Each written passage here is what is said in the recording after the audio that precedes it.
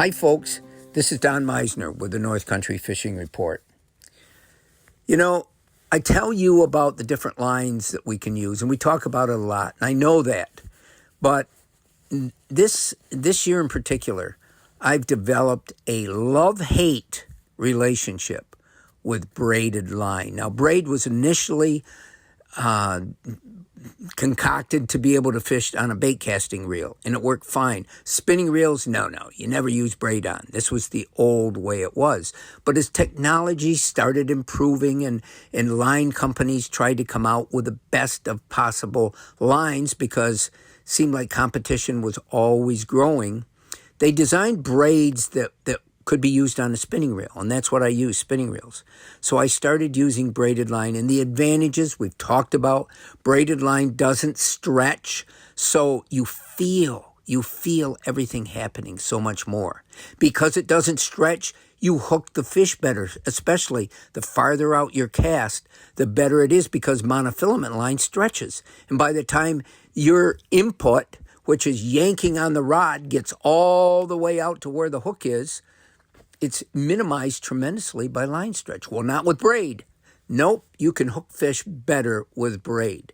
So the third thing that I love about, these are two things I love, by the way, that I just told you. The third thing is it's very thin. So you can get 10-pound braided line, for example, and that's as thin as like 2-pound test monofilament. You can cast a mile. That's why you want thin line. The thinner it is, the less resistance, and it's going to cast farther. So you can reach those pools that you might not have reached with monofilament or heavier braid. Okay, this is the love part. Now the hate part.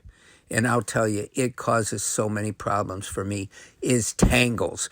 Braided line will tangle up, and especially the lighter the lure that you use, it can be fished easier and better in shallow water and so forth, but the lighter the lure you use, the more risk you have of tangles. The other thing is, and the reason being, that slack builds up easier. There's no weight pulling on the line and keeping everything tight. So slack builds up. The second thing is, if it's windy, braided line is so affected by the wind, it'll blow and it'll tangle and oh my gosh. So if you're going to shift to braid, number one, you don't want to tie it directly to your lure because as strong as braid is all the good things that I've talked about that it is, it's abrasive. It really cuts easily. So you want fluorocarbon leader.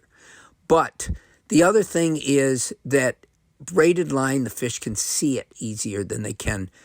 They claim fluorocarbon is invisible underwater. So you need to use different lines is what it boils down to. I like braid as for all the reasons I said. I use fluorocarbon as a leader because it's invisible. It's much tougher. Even though it's thicker, the fish probably don't see it. And you get more strikes, supposedly. And finally, I like to use braid because it just makes the whole experience more. My whole approach is more sensitive. I can feel the strikes. I can hook the fish. So darned if you do, darned if you don't. This is why my relationship continues as a love and hate one with braid. Until next time, folks, this is Don Meisner with the North Country Fishing Report.